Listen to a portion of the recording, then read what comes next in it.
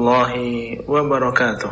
Alhamdulillah wassalatu wassalamu ala Rasulillah wa ala alihi wa ashabihi wa man walah.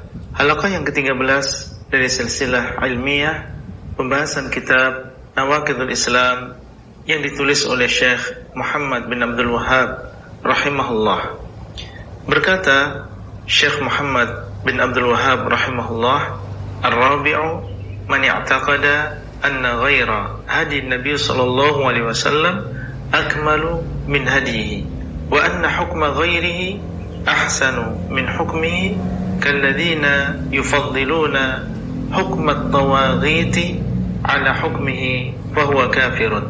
Pembatal keislaman yang keempat, barang siapa yang meyakini bahwa selain petunjuk Nabi lebih sempurna daripada petunjuk beliau sallallahu alaihi wasallam, atau meyakini bahwa selain hukum beliau sallallahu alaihi wasallam lebih baik daripada hukum beliau sallallahu alaihi wasallam, seperti orang-orang yang mengutamakan hukum taghut di atas hukum beliau sallallahu alaihi wasallam, maka dia telah kafir.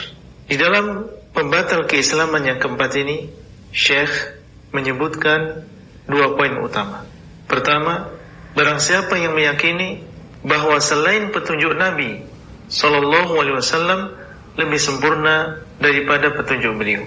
Petunjuk Nabi sallallahu alaihi wasallam adalah wahyu dari Allah, baik berupa Al-Qur'an atau berupa hadis Nabi sallallahu alaihi wasallam. Allah mengatakan, "Wa ma yantiqu 'anil hawa in huwa illa wahyun yuha." Apa yang beliau ucapkan kecuali itu adalah wahyu dari Allah yang diwahyukan kepada beliau. Surat An-Najm ayat 3 sampai 4. Di dalam hadis beliau mengatakan, "Ala inni utitul kitaba wa mithlahu ma'ahu." Ketahuilah bahwasanya aku diberikan Al-Qur'an dan yang semisalnya bersamanya, yaitu hadis-hadis Nabi sallallahu alaihi wasallam, hadis riwayat Abu Dawud dan disahihkan oleh Syekh Al-Albani rahimahullah. Kalau demikian, kita harus meyakini bahwa apa yang datang dari beliau sallallahu alaihi wasallam pasti lebih sempurna daripada petunjuk selain beliau sallallahu alaihi wasallam. Dalam sebuah hadis, beliau sallallahu alaihi wasallam mengatakan, "Inna asdaqal hadithi kitabullah wa ahsanal hadi hadi Muhammadin sallallahu alaihi wasallam." Sesungguhnya ucapan yang paling benar adalah kitabullah, dan petunjuk yang paling baik adalah petunjuk Nabi sallallahu alaihi wasallam. Hadis riwayat An-Nasa'i dan disahihkan oleh Syekh Al-Albani. Allah SWT dialah Al-Alimul Hakim. Al-Alim artinya yang maha mengetahui apa yang menjadi maslahat bagi manusia dan mudarat atas mereka. Dan Allah adalah Al-Hakim, artinya yang maha bijaksana di dalam hukum-hukumnya, baik hukum-hukum yang berkaitan dengan syariatnya maupun hukum-hukum kauniyah yang Allah takdirkan di alam semesta. Dialah yang menempatkan segala sesuatu pada tempatnya.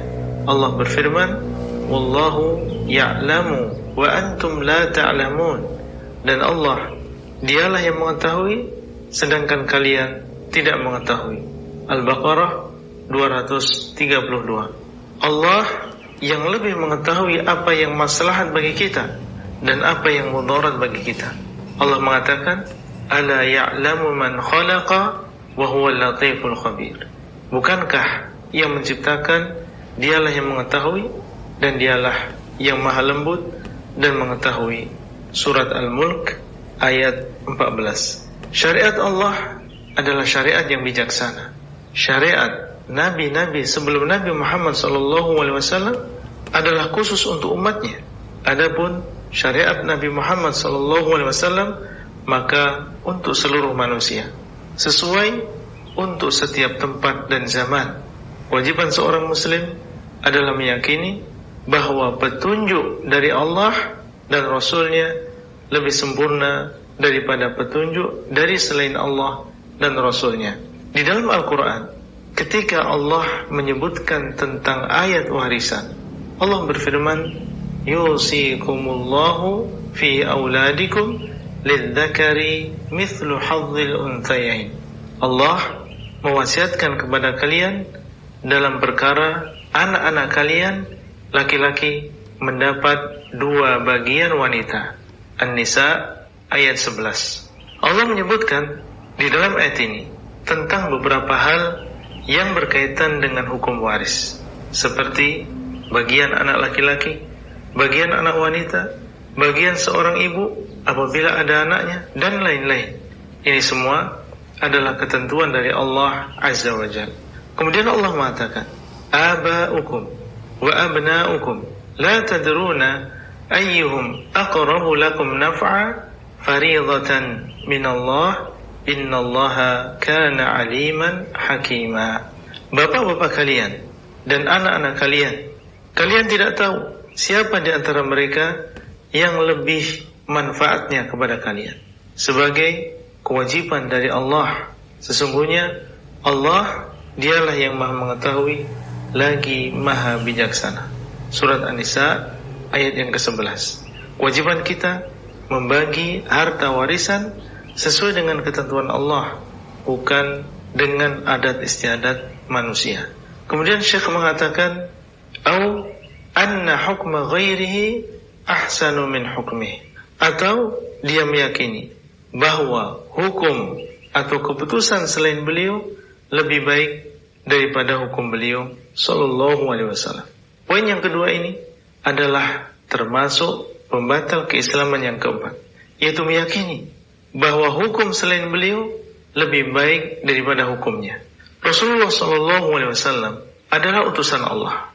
Tugas beliau menyampaikan hukum Allah. Hukum yang datang dari beliau adalah hukum Allah. Allah berkata, "Inna anzalna ilaikal kitaba bil haqqi litahkuma bainan nasi bima arakallah wa la takun lil khainina khasima." Sesungguhnya kami telah menurunkan kepadamu Al-Quran dengan hak, supaya engkau menghukumi di antara manusia dengan apa yang Allah perlihatkan kepadamu. Dan janganlah engkau menjadi pembela bagi orang-orang yang berkhianat. An-Nisa 105. Dan hukum Allah adalah sebaik-baik hukum. Allah berfirman, afa hukmal jahiliyyati yabghun wa man ahsanu minallahi hukman liqaumin yuqinun. Apakah hukum jahiliyah yang mereka cari?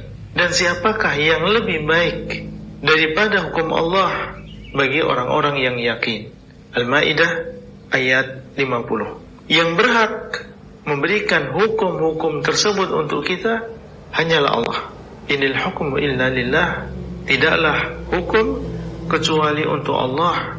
Surat Yusuf ayat 40. Berhukum dengan hukum Allah adalah kewajiban.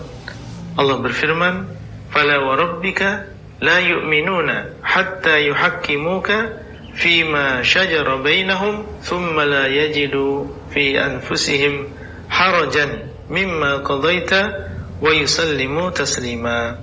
Tidak demi Rabb, mereka tidak beriman sampai mereka menjadikan engkau sebagai hakim di dalam apa yang mereka perselisihkan. Kemudian mereka tidak mendapatkan di dalam hati mereka rasa berat dan mereka menyerahkan diri dengan sebenar-benar penyerahan.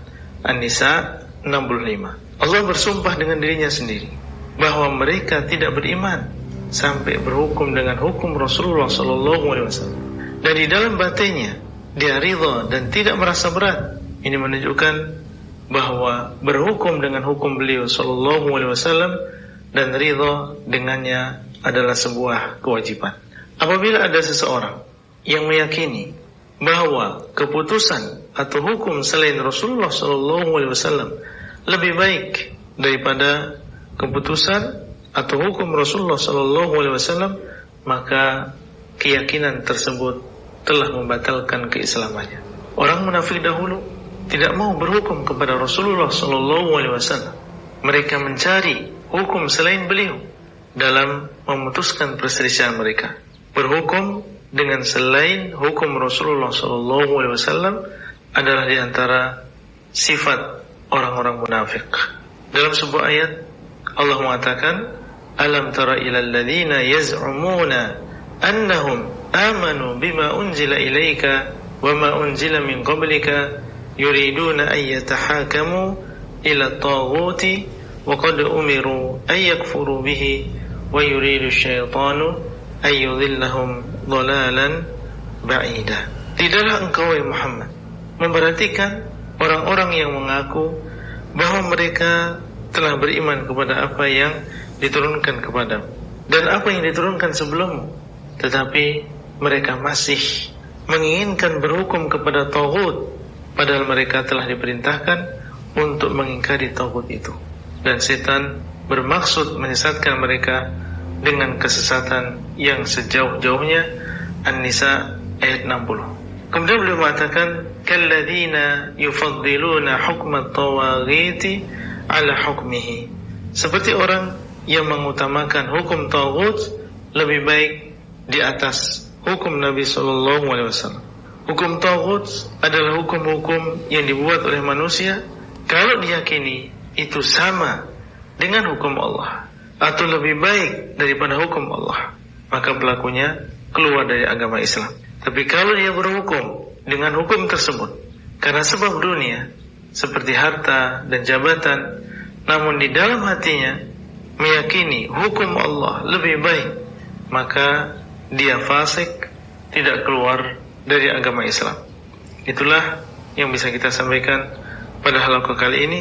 Semoga bermanfaat dan sampai bertemu kembali pada halaqah yang selanjutnya. Wassalamualaikum warahmatullahi wabarakatuh. Abdul Hurai di kota Pandeglang.